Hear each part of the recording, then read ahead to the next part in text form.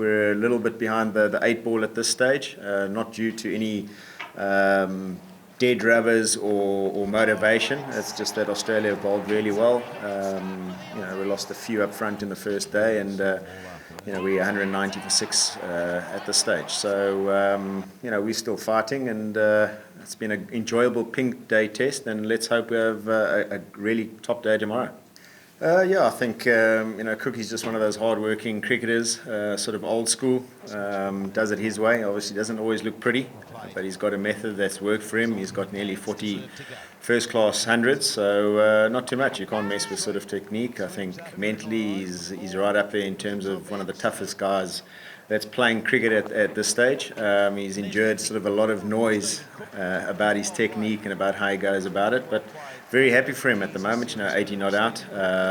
He'll hopefully regroup, and normally what Stephen Cook does really well is capitalises on starts and on his conversion rate. The reviews, I think you just got to leave it out to the players out there. I thought obviously Hashim didn't really feel the first touch. He obviously felt the second touch, and Temba thought he might have dug it in. I wasn't sure, but I think at that stage, I think it's more disappointment. You've got a couple of overs to go. You're thinking you need a little luck. Weren't too sure about how it came off. So, and you look at the replay, you think it's not a great review. But as the coaching staff and as Russell, you've got to back your players out there. And if they feel that something can go for them, you've got to give them that freedom. A guy like Hashim is world class.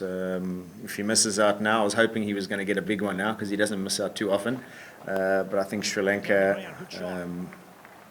in December, I'd probably put him down for a couple of hundreds. That's the person he is. He trains hard. Technically, he's a good space. Mentally, he's one of the most mentally tough guys around. He's got 240s in this series. And as I said, it's been a little bit stop-start for some of the batters. Listen, that's out of our control. That's probably pretty bad manners where we come from, or where any side should come from.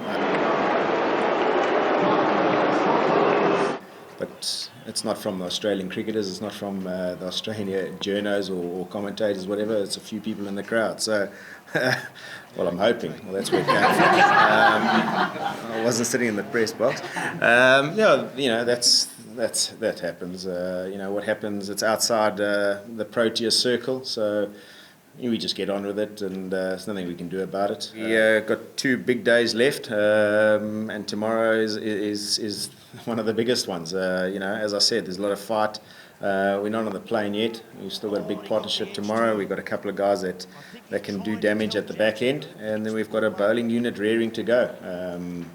Be nice to, they'll leave everything out there, whether we get bowled out early tomorrow or bat till further into the evening and maybe declare. So hopefully we've got another chance of declaring. That'd be the best day ever in Test cricket. But we keep fighting, and no one's on the plane yet.